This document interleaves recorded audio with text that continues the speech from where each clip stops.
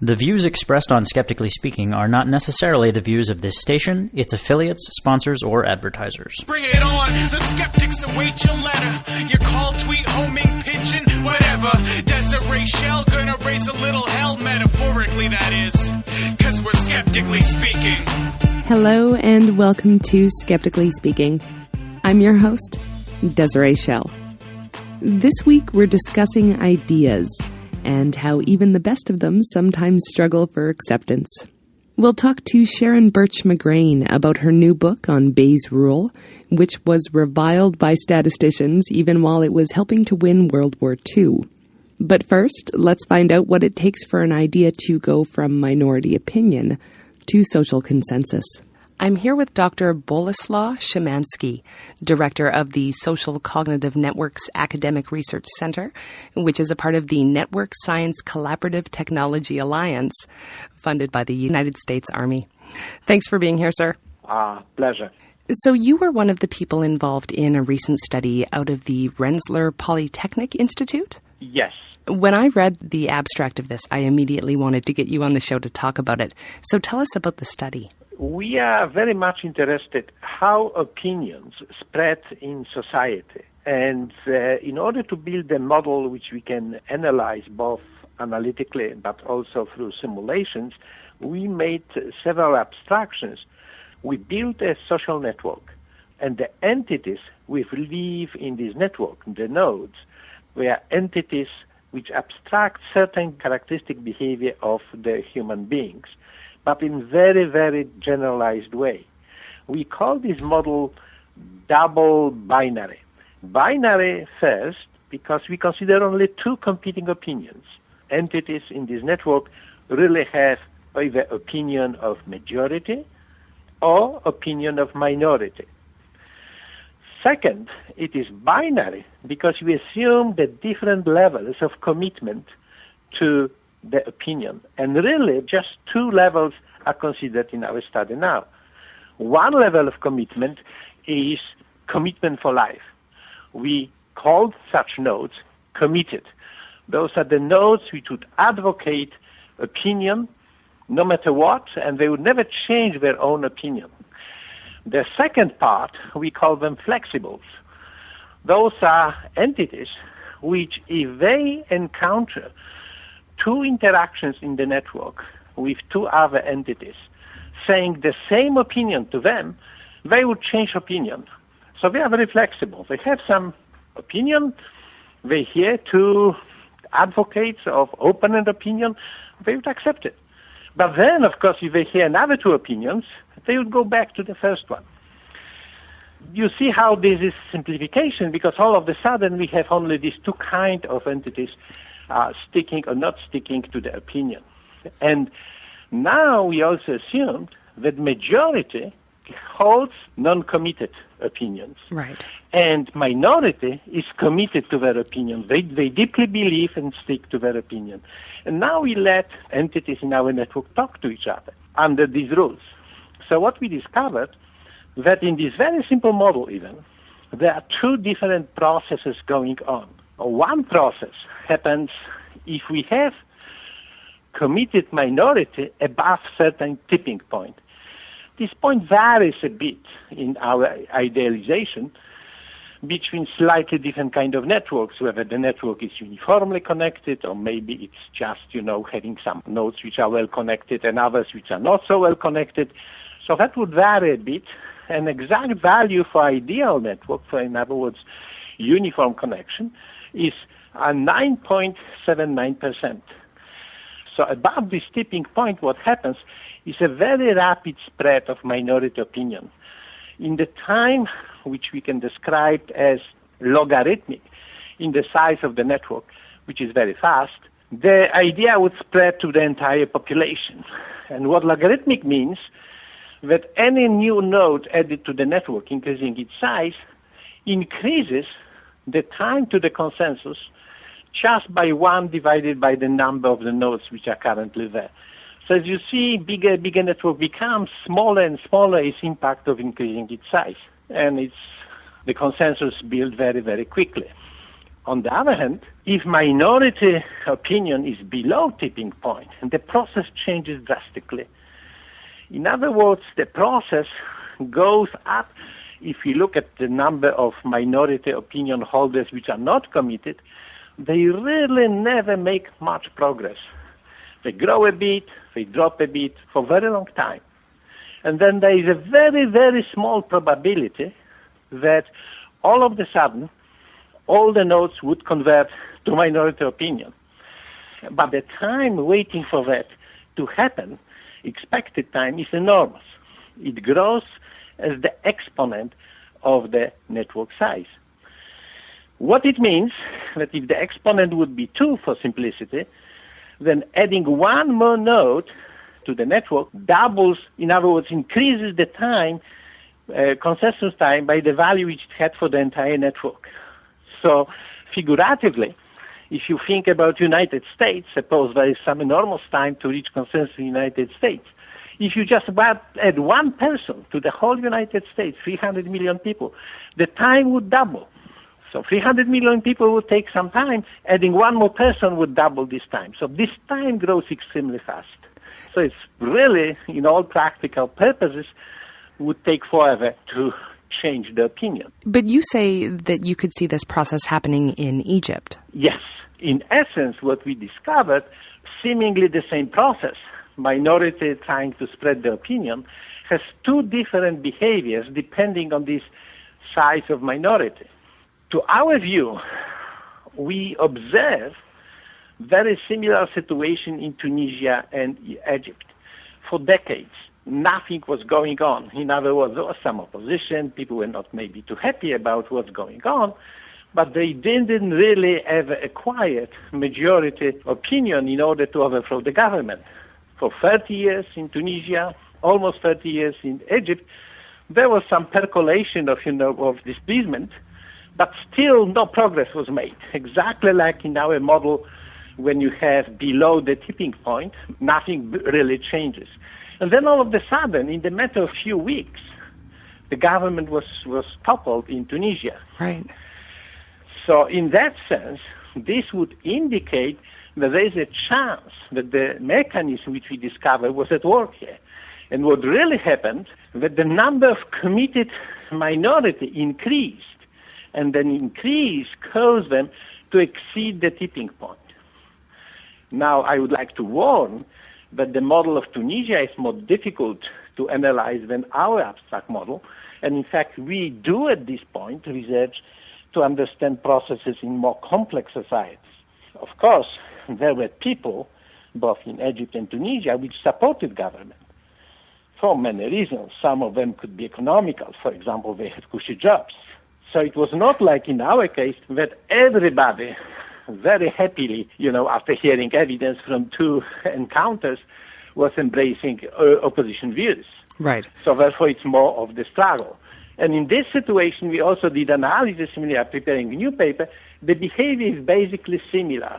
Above the tipping point, very fast spread. Below the tipping point, not much progress. And I do want to clarify for people, when we're talking about the spread of ideas, what are we referring to? Spread how? So that's very, very important to understand what the role of the network is. Network represents encounters between people in which they discuss their opinions. So network connectivity simply means that this person is willing, meeting, and discussing openly with the other person. And these interactions impact what we think about the world. So in our model, what happens is that we randomly select a speaker who then randomly selects a listener among those which have connection to this node. So the node of the connection show ability to communicate, which of course include technical mobility. We have the phone number of each other, or maybe we live next to each other on the street. But also a bit more. We don't talk to everybody which we see on the street. Some kind of social relation. I trust this person, I know this person, maybe from school, maybe from work, maybe it's my family. So clearly then, the network shows connections, social connections of people, ability to exchange opinions, and then we enforce steps in which people randomly select discussions, and the result of this discussion is if agreement on about their opinions, or if they don't agree on the opinion, they start considering, if they are flexible, considering two opinions at the same time. And then the next encounter would decide what they would believe in. So the opinions here, of course, are treated relatively lightly. So as I mentioned, we already think about generalizations in which the model would be more similar to the real life, but I want to underline that this high-level abstractions is very crisp and clean, so therefore we can do full theoretical analysis to make sure, for example, there is only one tipping point, not many, that only two kinds of behavior, not 3 or 5 or 10. Right. So the intellectual value of this result is that is fully analyzed, and therefore we have a guidance what happens in more complex situations. It informs us what are the underlying mechanisms which may govern real processes which would be much more complex. Could this be a bit of post hoc rationalizing here? I guess what I'm asking is, can this be used for predictive purposes? The model which we currently have is just too simple to do it fully predictive model. But it charts the way for more complex models. And these more complex models, of course, would go two ways. One way would be allowing more than one opinion. Mm-hmm. And the second way would be analyze how we commit to the opinion. So, in fact, already we are looking at the issue that, in fact, there are two factors. Each people individually differ a bit how quickly they are willing to change their opinion. Let's call them level of stubbornness. But also there is the opinion kind. There are opinions which are very important to us because they define who we are. Things like religion, a nation. Those are the things which are not so easy to change. Like, for example, whether the cool color tomorrow is green or blue. Clearly, then, our model is abstract enough that we can represent that by providing stronger commitments to the opinions which are valid for defining who we are, maybe defining our economical well-being. We believe in, for example, certain kind of organization or which provide us with work, be it a government or industry or whatever. So clearly there are things which influence how easy we would change our point of view or opinion. And there are also consumer choices.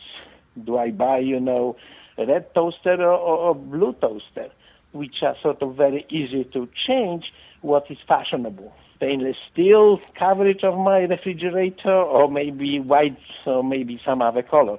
These things come with fashion, and they are still influenced. If we see a cool house, we think, okay, these appliances would look good, I will buy a similar one. So clearly then, this could be modeled.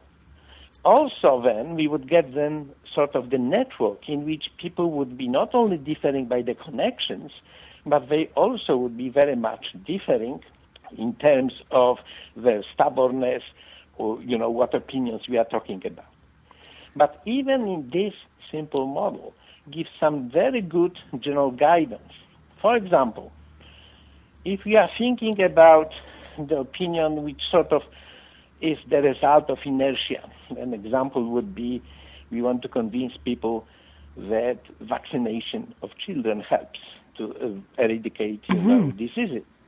In situations like that, when we know that a rational approach would be not to try to convince entire society, but select the part of society which we can convince deeply to the idea. And this segment of society doesn't have to be large, because we know it would be in the level of 10% without the opposition, or 16%. Our newest results show that 16-20% is characteristic for networks in which opposition to the opinion exists. And then if we convince this part deeply, the network would do the rest of the job. Through the network, these educated individuals would spread the idea to the entire population. This entire study is fascinating to me, and I can't wait to see what's going to be done with this. But one thing I noticed that we haven't been talking about is that your conclusion doesn't really have anything to do with how good the ideas are. how evidence-based may be. Absolutely. That's a very, very good point. When I was talking about commitment to the ideas, because one element would be if those are very deep ingrained into our well-being, we are deeply ingrained into who we are, how we define ourselves in the world, like, for example, religion. And the third one is how well opinion is supported by facts. So clearly, you're absolutely right. If there are objective facts which support one opinion, the opponent opinion may not be attractive simply because it's the wealth of evidence against them. And then, of course, in that case, the model would not work. We would take a lot of convincing by people to change my view if I think that it's, well fits into my understanding of the world. But ultimately, it's more important for people to feel and believe deeply in an idea more than it is to actually have evidence to back it up? I would say it differently. I think that you touched a very important point. What really our study says, that not the number, but the depth of commitment to the idea is important. Right. So this is why if you have odds 1 against 9, 10 versus 90, you still can overcome these odds if you are infinitely committed to the idea and the others are not. So that's important. Now, what makes you committed is a very important thing. Quite often, it would be the wealth of evidence. I deeply believe, that the sun would rise tomorrow because not only it rises every day, but also science tells me that this is the rotation of the Earth. So it would take a lot of, convincing me that that's not true because it's the whole science behind it. So for me, it's very, very important.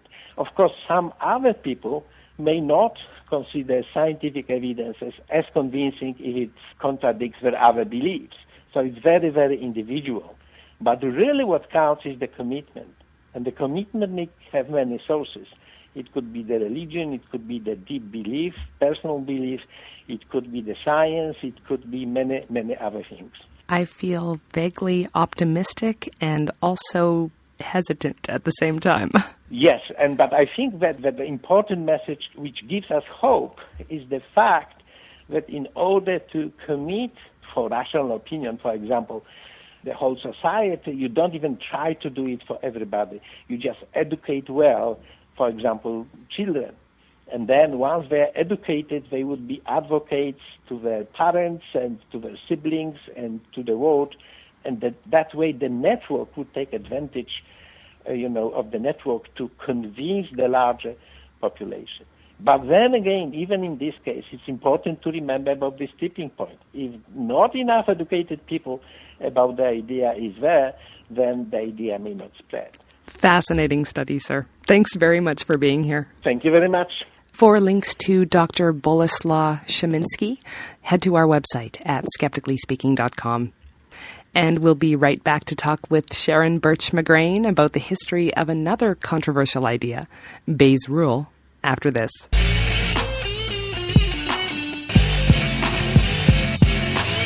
Skeptically Speaking wants you to question everything. To be a part of the discussion, call and record your question on our listener question line at Speak 73101. That's 773-257-3101. Long-distance charges may apply. Sunday nights at 6 Mountain Time, join our Ustream chat room to listen and ask questions as we record interviews live. Just click the Listen Online button at skepticallyspeaking.com. You can also email your questions and comments to live@skepticallyspeaking.com, or if you're on Twitter, tweet us at Skeptical Radio. To find out where Skeptically Speaking airs near you, to listen to past episodes, or download the weekly podcast, check out our website at skepticallyspeaking.com. While you're there, follow the links to connect with us on our Facebook page, our Twitter feed, or to subscribe to the show in iTunes. And now, back to the show. My guest today is Sharon Bertsch McGrayne. She was our guest previously on the show to talk about her wonderful book, Nobel Women in Science, Their Lives, Struggles, and Momentous Discoveries. She's back today to discuss her newest work, The Theory That Would Not Die, How Bayes' Rule Cracked the Enigma Code, Hunted Down Russian Submarines, and Emerged Triumphant from 2 centuries of controversy. Welcome back, Sharon. Well, thank you for having me. It's nice to be here. And isn't that a long breath to take in that subtitle? So let's begin by talking about the gentleman who started this all, Thomas Bayes. So who was he? Well, we know very little about him. He was a wealthy Presbyterian minister in the early 1700s. He does not belong to the Church of England, and they've been quite a persecuted minority in England at the time. He lives in a chic resort right near London and is an amateur mathematician. We really know not very much about him. We don't know his birth date. His portrait that's used all over is indubitably of somebody else. Wikipedia has his death date wrong. But we do know that in the 1740s, he comes up with his theorem in the midst of a wild religious controversy. And it's a controversy about something that's really still an issue with us today. That is, can you use the knowledge about the natural world to make rational deductions about God the Creator? Now, he would have called, instead of saying God the Creator, he would have said God the cause, God the first cause, God the primary cause. So David Hume, a Scottish philosopher, has come up in the late 1740s by saying that we can't know for certain about cause and effect. We can only know probable causes and probable effects. And that sets off this incredible issue of cause and effect. And that's what Reverend Bayes tries to deal with mathematically. And he produces what is it's kind of hard to explain almost because it's so simple. It's a simple one-line theorem that says that we can have an initial belief about something, but we have to be willing to assess its weaknesses and its strengths and where we have gaps in knowledge. So we make an initial belief, and then we modify it with objective new information, and that gives us a more realistic belief. Well, that sounds quite rational. Well, in turn, it carries a commitment to update that belief each and every time a new piece of information arrives. Right. And that's what a lot of us find difficult to do. You said a mouthful. And he didn't believe enough in his theorem to publish it. He belonged to a circle of amateur mathematicians, and they published things. But he didn't believe in it apparently enough to publish it, and he files it away in a notebook so that we know he did it at the time of David Hume's essays on probable cause and probable effect. So mathematics was very closely tied to religion at this point then? Well, it was very closely tied to gambling. It was a society that was just permeated with gambling. And as a dissenting minister, Bayes would have disapproved of all games and gambling in particular. But gamblers had known for a couple of generations that, well, they had been able to move from, for example, if they're playing a game of cards, they could figure out the odds that if they have a 52-card deck, what the odds were of getting an ace. They couldn't go backwards. They couldn't say, my partner just got 4 aces in 4 hands in a row. What's the probability that he's cheating? They couldn't go back to the cause of his behavior. And that was what Thomas Bayes' theorem allowed them to do for the very first time. So was that really the tangible application for that rule at that point? At that point, it really was, because it's part of probability. They're dealing with probabilities. What's the probability of your guess? What's the probability of each piece of new information that you're adding? And all of that was used primarily by gamblers at that point, and was kind of low-class mathematics. So you said that he put his theory away, and then somebody else found it, and that was Richard Price. Yes, if we were speaking in the 1700s together, we would know the name Richard Price, because he wrote a book teaching North Americans about civil liberties, and he sold 60,000 copies in the 1700s. I'd be delighted if my book sold 60,000 copies. He becomes a very well-known supporter of the American and the French Revolution and a founder of the insurance industry. He goes through Bayes' papers, decides that their theorem will help prove the existence of God. He's another Presbyterian minister and amateur mathematician, so he's interested in this issue. He gets it published. Unfortunately for Bayes, he gets it published in a journal for the English gentry that few professional mathematicians would read, and no one noticed it, especially no one abroad. But by today's standards, we would call the theorem Bayes-Price rule, not just Bayes rule. It became known in the 1950s as Bayes rule, so, you can't fight that. You're listening to Skeptically Speaking. I'm on the line with Sharon Bertsch McGrayne, award-winning journalist and author of The Theory That Would Not Die, How Bayes' Rule Cracked the Enigma Code, Hunted Down Russian Submarines, and Emerged Triumphant from 2 centuries of controversy. Now, Richard Price did have the theory published, and then no one really did anything with it for the next few centuries. But it was rediscovered, in a sense, by Pierre-Simon Laplace. Well, he's very famous among mathematicians. He's most known today for the Laplace transform. His father wants him to become a Catholic priest. Instead, he goes to Paris intent on becoming a professional mathematician. And in his 20s, he discovered the Bayes rule totally independent of Bayes. No one in France knew about Bayes' publication. And he calls it the probability of causes. And unlike Thomas Bayes, who's a wealthy amateur mathematician, Laplace has to make his way in the world. And he's the quintessential professional scientist. He would come down in today's world and fit right in. He mathematizes every science known to his era. And in the course of his career, he works over 30 years on his version of Bayes' rule.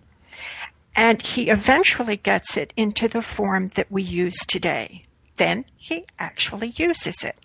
So if there were any justice in this world, we would call it Laplace's rule. But he used it in a way that's irresistible to me. He used it to study babies. The period he's working in is the Enlightenment. And people are going out everywhere searching for facts, information about the natural world. And Laplace has to deal for the very first time with the mathematics of big numbers as all of this data pours in on him. It's nothing like what someone today deals with. But Laplace was working, with an inkwell and a goose quill pen. So for him, this was a lot of data. And he develops his Bayes rule over these years in order to deal with large data and to develop the calculating tools that mathematicians will use until the age of computers. And he's dealing with so many, his first love is astronomy. He wants to prove that Newton's law of gravitation is a real law and not just a hypothesis. So his real love is astronomy, and he's dealing with a lot of data that's 2,000 to 1,000 years old, collected by Chinese and Arabs and Chaldeans and people from where that the data is not all equally accurate. Right. So he's dealing with something that's really good for Bayes, which deals with uncertainties and gaps in information, and where you have to assess your probabilities. So why exactly was Bayes' rule so controversial? Because the Reverend Bayes had said you start with this guess. And he said you start with a guess about a situation. He actually used that word guess. And he said if you don't know enough to make it precise, just start off with 50-50. And by the time that Laplace dies in 1827, the beginning of the 19th century, scientists and mathematicians are dealing with much better data. They have much firmer numbers. And statisticians and mathematicians, scientists began to think that they could reject approximations. They didn't have to, that they could deal just with the ideal of science, which would be to have precise answers, no approximations, and objective numbers. And they go on we'd call it a fad, just a manic fad. There were clubs that would go out and collect these objective, precise numbers. Even women could do it. Even women? Disarray, even women. And they collected, a lot of it was about the rate of murders and suicides and crimes, but some of the other famous numbers were the chest sizes of Scottish soldiers, the number of Prussian officers killed by kicking horses, the incidence of cholera victims. So they had so many of these precise objective numbers at their disposal that up-to-date statisticians rejected Bayes' rule. They thought they had enough numbers, they could judge the probability of an event according to how frequently it had occurred. So they could say it's occurred 3 times out of 4, 7 times out of 10. And eventually they become known as frequentists, and they will be the great opponents of Bayes' rule right up until a few years ago. Because they were dealing with measure uncertainties. How do we update it as information arrives? Do we have to be objective and precise? And Bayes' measure of belief and its approximations, they called it subjectivity run amok. They called it ignorance coined into science, and it smacked of astrology and alchemy. And the odd thing is that all the time that these theorists and philosophers were denouncing Bayes' rule as too subjective, people who had to make emergency decisions, who were dealing with real life, they couldn't wait for all the data, they kept right on using Bayes' rule in spite of the theoreticians' opinions. To make reasonable decisions in an uncertain situation. Exactly, which is what most of us do in life. So, for example, artillery officers in France and Russia and the United States aimed their fire and tested their ammunition in both world wars using Bayesian tables. And there was a big financial panic in the United States in 1907 that threatened the Bell telephone system. And that Bell telephone system survived thanks to using Bayes' rule. And the insurance industry in the United States started workers' compensation insurance almost overnight because the state legislatures demanded it around the time of the First World War. And they did it even though no one in the U.S. knew the safety records of the businesses or the industries involved. I want to get into a little more depth on some of those. But first, let's go to break, and we'll be right back after this.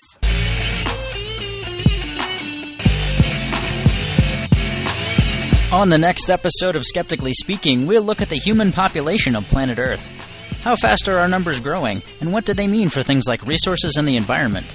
We're joined by William Ryerson, president and founder of Population Media Center, and we'll get a lesson in how population projections are created and how reliable they are with Dr. Ronald Lee, professor in the Department of Demography at the University of California at Berkeley. That's next week on Skeptically Speaking on your local radio station or online at skepticallyspeaking.com. Welcome back to Skeptically Speaking. I'm your host, Desiree Schell. My guest is Sharon Bertsch McGrayne, author of Nobel Prize Women in Science, Their Lives, Struggles, and Momentous Discoveries, and Prometheans in the Lab, Chemistry and the Making of the Modern World. We're talking about Sharon's most recent book, The Theory That Would Not Die, how Bayes' rule cracked the Enigma code, hunted down Russian submarines, and emerged triumphant from 2 centuries of controversy. So let's jump ahead. Now, although you did mention that there were scattered examples of people and organizations that used Bayes' rule, things really get interesting during World War II. So what was the perception of Bayes' rule at that time? Well, by the time the war starts in 1939, Bayes' rule is just basically taboo among professional statisticians. Fortunately for the Allies, Alan Turing was not a statistician. He was a mathematician. And not only did he father the modern computer and computer science and software and artificial intelligence and the Turing machine and the Turing test, but he would also father the modern Bayesian revival. He's one of my great heroes. if we're going to talk about Turing and the war, we have to remember that during the war, England was cut off from all the agricultural produce and supplies on the continent, particularly from France, and it could feed only 1 in 3 of its residents. So it depended on convoys of unarmed merchant marine ships that would come up the coast from South America, Central America, and the United States and Canada, and would form these enormous convoys off of Halifax at the opening of the St. Lawrence River. And from there, they would try to deliver 30 million tons of food and strategic supplies each year to Great Britain. Now, Hitler thought, he said, point blank, the U-boats will win the war because they'll sink all those convoys. And Churchill wrote after the war that the U-boats were the only thing that's really scared him during the war. And in fact, those German U-boats did sink almost 3,000 Allied ships and kill more than 50,000 merchant seamen. So the German Navy ordered the U-boats around the Atlantic via radio messages that were encrypted with word-scrambling machines called Enigmas. And the German Navy operated at such an extraordinarily complex Enigma code that nobody, German or British, thought the British could ever crack those codes. And that's what Turing manages to do using Bayes. Well, how did he use Bayes? He arrives, first of all, at Bletchley Park, the super-secret Center for Decryption for Great Britain, just north of London, between Oxford and Cambridge. He's been working all summer by himself on trying to decode Enigma messages. He arrives at Bletchley Park on orders the very day after war is declared. He's 27. He looks 16. He's handsome and athletic. His mother sends him proper business suits to wear to work, but he wears his shabby sports coats. He has a 5 o'clock shadow, and he's going to devote 6 years of his life to decoding and decryption. Now, when he gets there, no one is working on this all-important naval Enigma code, the one that's going to protect the supply ships from U-boat attacks. Turing liked to work alone, so the fact that nobody wanted to work on them because they were thought to be impossible was good for him. And he announces no one else is having anything to do about it, and I can have it by myself. He goes up in the loft of one of the stable rooms at Bletchley Park and stays up there through lunch and break. The other decoders work a little police system with a basket and send food and tea up to him. And a year and a half after the war had started, Turing could read those U-boat messages within an hour of their arrival at Bletchley Park. And the British could reroute the convoys safely around the subs. And for most of 1 month of the summer of 1941, when Britain was still fighting alone, not a single convoy was attacked. And he did it with Bayes. He would do basically just what the Reverend Bayes suggested. They would start out with a hunch as to what part of the message was supposed to say. They would guess a stretch of letters in the Enigma message. Then they would measure their belief in their validity using Bayesian probability. And then they would update that hunch with each little shred of a clue that would arrive. And if it worked, they identified the settings for some of the Enigma machine's wheels, and it could reduce the number of wheel settings that had to be tested from 336 to down to 38.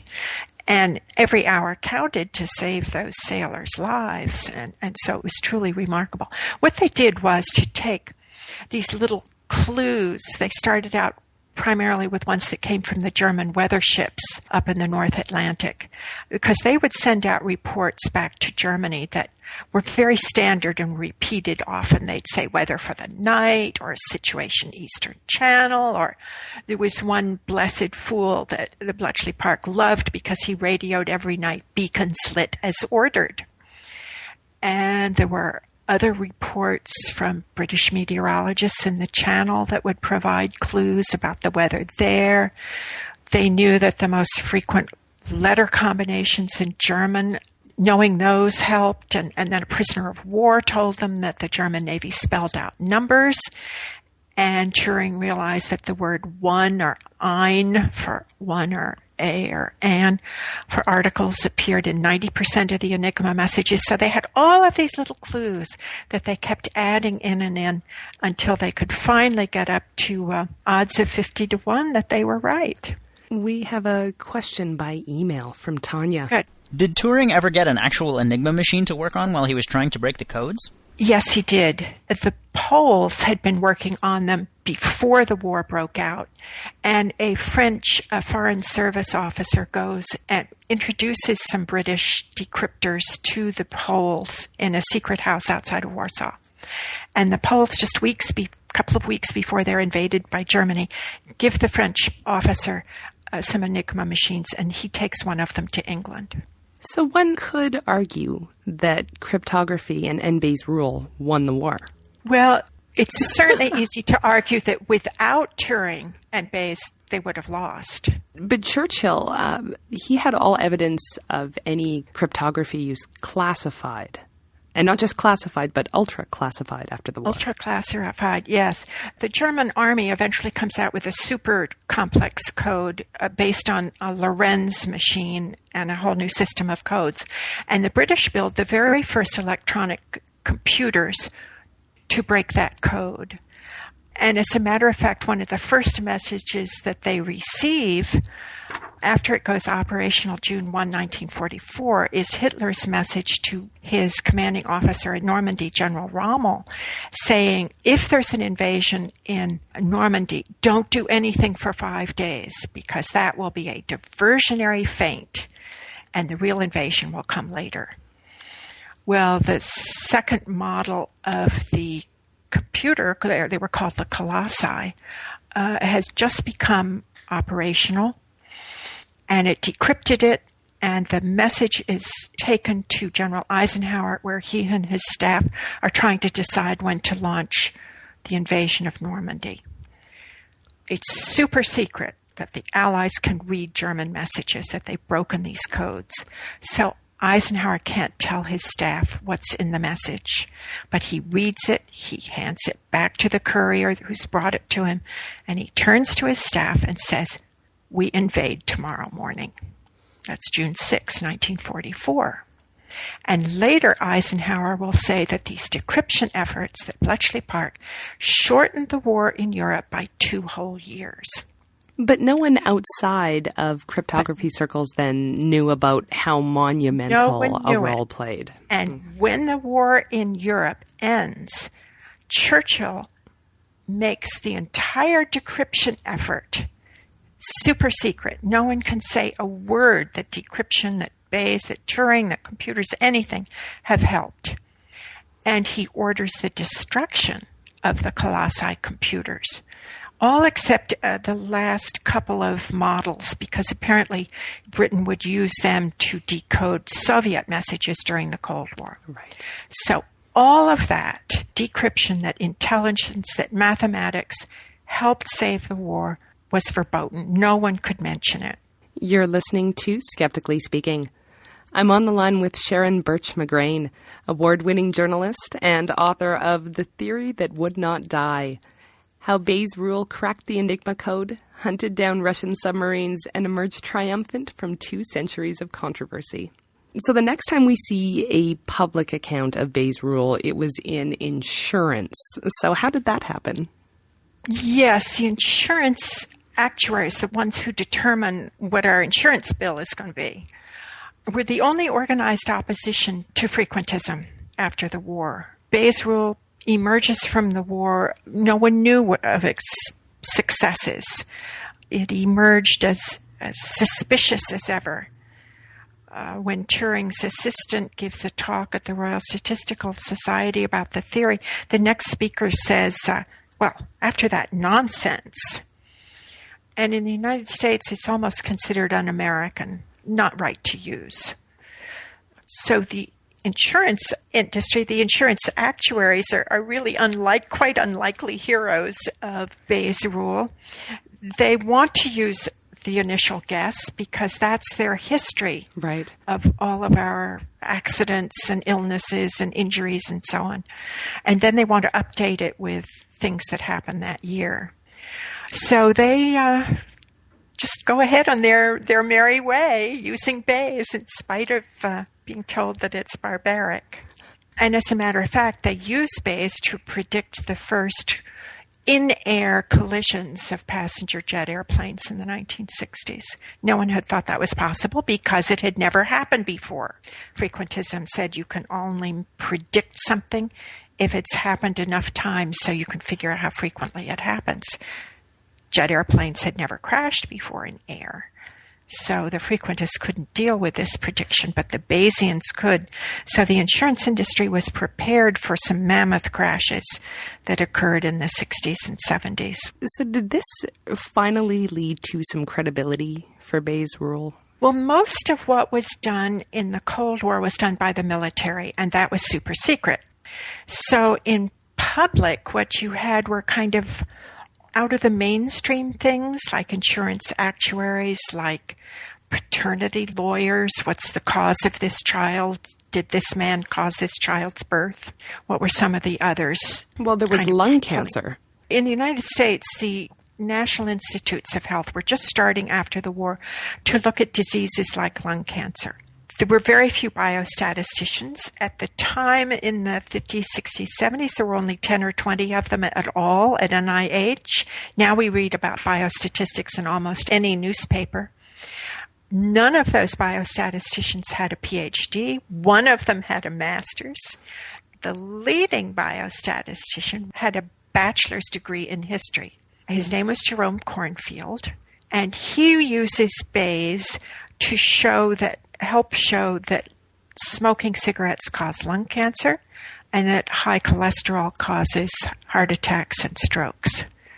And the most famous frequentist of all, a geneticist named Ronald Fisher, attacks Cornfield mercilessly, but Cornfield wins. You're listening to Skeptically Speaking, and I'm talking about Bayes' rule with Sharon Bertsch McGrayne, author of The Theory That Would Not Die. Let's talk about what all of this has led to. What do we use Bayes' rule for? Almost everything in computer technology is just incredible. In the 1990s, all of a sudden, all the pieces fell together for Bayesians, and they had powerful, relatively inexpensive workstations that they could use. And they started getting generic off-the-shelf computer software programs that they could use. And there follows in the 90s just what they call a frenzy of activity while they attack problems that they never thought in their lives that they would be able to deal with. And now, if we order something online, if we ask for a web page, if we want our spam pornography removed from our computers, that's Bayes. It's used in computer science and artificial intelligence, machine learning, Wall Street, astronomy, physics, Homeland Security. Google and Microsoft both depend on it. It finds our websites. It sells songs and films. There's something that just happened that's very dramatic. Well, the Coast Guard locates shipwrecked survivors after they've floated at sea for maybe weeks. But there was a plane, an Air France Flight 447, that crashed into the South Atlantic 2 years ago with 228 aboard, and it crashed without a trace. And there was the most high-tech naval search for the wreckage and for the black boxes of that plane that has ever occurred. They were searching in an area of the Atlantic the size of Switzerland, a mountainous region like Switzerland, and they were looking for the tidbits of a plane and two black boxes, which are actually red and white. They're not black, but they're the size of shoe boxes. And they had been unable to find them for almost 2 years. Oceanographers thought they could deal with just the air currents and the water currents, but this is an area close to the equator. Everything is uncharted and very turbulent and rapidly changing, and they couldn't get anywhere. And after almost 2 years of fruitless searching, the French agency in charge of aviation safety hires some of the same people who are profiled in the book for developing bays for naval searches, hires them to try to find Flight 447. And they figure out the most probable places to look. And after an undersea search of 1 week, they find the wreckage of the plane and the black boxes. And just within a few weeks, the bodies of many of the victims have been taken back to France. We have a question by Good. email from Kirk. Good. Calculating probabilities sounds like it would be perfect for working with quantum mechanics. Has Bayes' rule been used for that? Yes. It's used in physics or astronomy for what they call searching for a needle in a haystack problems. And physicists used it, in fact. They put many of the pieces together before the Bayesians did. As far back as the 40s, they were using some of the pieces, not all of them. And we have a question from the chat from Gold. Given the capabilities of today's desktop computers, how long would it take to decrypt a message encoded with an Enigma machine today? Isn't that a wonderful question? I got a lot of advice from some fabulous decryption experts. I will have to ask them that. Wonderful. Now, when you and I spoke before the show, you stressed that the key to Bayes' rule is really the updating bit. Can you explain that? I worked on this for almost 10 years. Someone figured out for me. It was just kind of appalling. When I started out, I could Google the word Bayesian and get fewer than 100,000 hits. And today, I Googled Bayesian, and I got more than 12 million hits. So there's been just an incredible explosion. And it's been a revolution about how you deal with evidence, how you measure the uncertainties involved, how you update it as new information arrives, and then hopefully change minds. So the thing that kept me going was, besides these fabulous stories that are involved and these dramatic personalities, is that it's an antidote to this very dogmatic era that we're living through. And I just found it very inspirational. Are you saying there's a lesson there, Sharon? Well, there's an English economist who crystallized it, John Maynard Keynes. Can you put it in a nutshell? He said, when the facts change, I change my opinion. What do you do, sir? Which is so delicious. But it speaks to our condition, I think. Very much so. And on that note, we are out of time. Sharon, as always, it is a pleasure to have you on the show. Well, thank you for inviting me. You can find links to Sharon Bertsch McGrayne and her fascinating books on our website at skepticallyspeaking.com. Since you're there, why not click the links to Facebook, to Twitter, or to iTunes, where you can listen to past episodes, subscribe to the show, or leave a review. One more thing. I want to take a moment to talk to Michael Cruz, paramedic in the Toronto area, blogger at Skeptic North, and the co-chair of CAS, the Committee for the Advancement of Scientific Skepticism at the Centre for Inquiry Canada.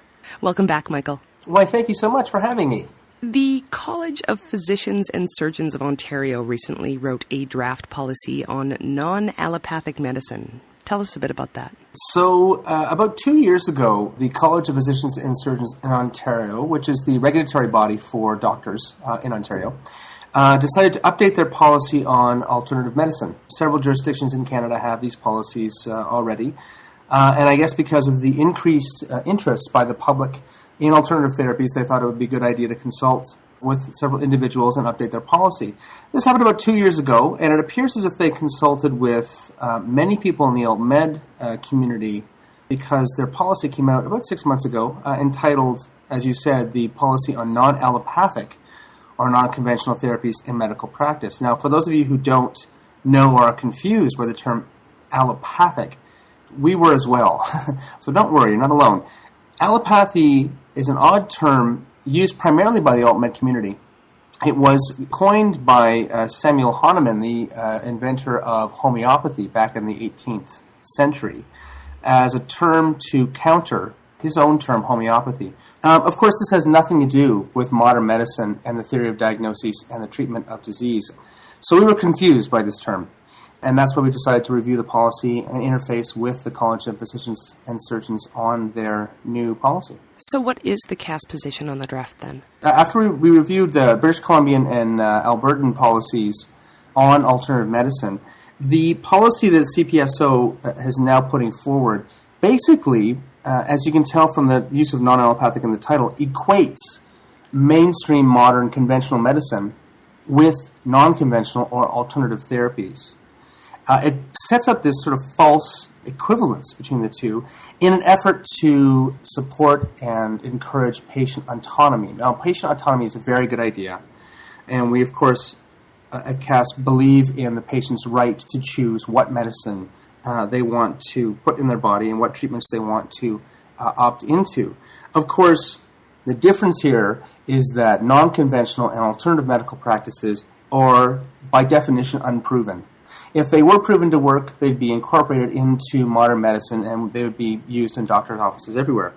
So we are taking the position that the CPSO should reconsider first of all, their naming of the document. Allopathy is not really a term that's known in the general public and can confuse people. Sets up this false equivalence. And also to make the document much more strongly worded in favor of evidence-based practice and science-based practice, which, in fact, they do, in all their other policies. They're very strong believers in this, apparently, but it's not very evident in this current document. Just to give you an example, in the document, very specifically, it says that the type of evidence, this is a quote from the actual documents, the type of evidence required will depend upon the therapeutic option in question, unquote. Now, of course, that's not what evidence-based medicine is. Right? Evidence-based medicine in non-conventional or in conventional medicine requires a very strong amount of evidence to be adopted. So that standard of evidence, we feel, should be extended to any treatments that the physician offers, and there should be no equivocation, there should be no accommodation of non-traditional therapies if they are not proven by the standards of practice that we're used to in modern medicine. So is CAS putting out a position paper then? Yes, absolutely. We're actually putting in, what the great opportunity we have right now is that the college is still accepting submissions from the public to support a position or to get feedback on their draft policy. Now, the window of opportunity here is closing. September 1st, 2011 is the deadline for submissions. So as of the broadcast of this show, we'll have submitted our own evaluation of the draft policy. We'll have put it up on our website and probably released a press release at this point. And people can see that at CFICanada.ca. But we would also encourage other people, especially physicians in Ontario, but also members of the public, to let the CPSO know that the standards of evidence are important and that we have to keep a high and rigorous standard when we're incorporating new treatments into the practice of physicians in Ontario. The danger of this, of course, is that if Ontario adopts these new guidelines, which when you read them are quite contradictory within the document, paying lip service to evidence-based medicine, and then at the same time saying, that's okay, we're able to allow a lower standard of evidence. When you read them, you'll understand that this might spread, that other jurisdictions might see this and actually incorporate these new equivocations into their guidelines. So go to the CPSO website, go to their draft policy. At the bottom of that page, there is actually a survey that everyone can fill out, and you can add your opinion to their survey and let the CPSO know that the people in Ontario and the people who are looking to Ontario to be a leader in medicine are not going to be satisfied with a low standard of evidence in the practice of medicine in Ontario, that we require the physicians to practice evidence-based medicine and to keep their patients safe and healthy. Thanks very much for being here, Michael. Thank you very much, and you can check us out at CFICanada.ca and give us an email at CAS@CFICanada.ca if you have any questions or wish to have any more of a larger discussion about this issue. Thanks for listening, and we'll see you next week on Skeptically Speaking. Bring it on, the skeptics await your letter. Your call, tweet, homing, pigeon, whatever. Desiree Shell, gonna raise a little hell, break the spell of Pavlov's spells. Cause we're skeptically speaking, online reading tarot cards and witches, psychics, and their spoon-bending mind tricks. All the humbug, flim-flam, frauds and shams, the charlatan woo. I don't think you understand, it's the hocus pocus, out of focus locus, eroding the brain, making gains on the hopeless. let the crystal ball fall, smash on the floor. Leave the pieces alone, we don't need them anymore. Just a microscope, telescope, magnifier, reading in between the lines of these lies. Bring it on, the skeptics await your letter. Your call, tweet, homing, pigeon, whatever. Desiree Shell gonna raise a little hell, metaphorically that is, 'cause we're skeptically speaking. Skeptically Speaking is produced with the support of CJSR 88.5 FM in Edmonton, Alberta, Canada. Our studio assistants are Brent Kelly and Rochelle Saunders. Ryan Bromsgrove is our studio technician and research assistant. The show is produced and edited by K.O. Myers. Our theme song was written and recorded by A.O.K. And I'm your host, Desiree Shell.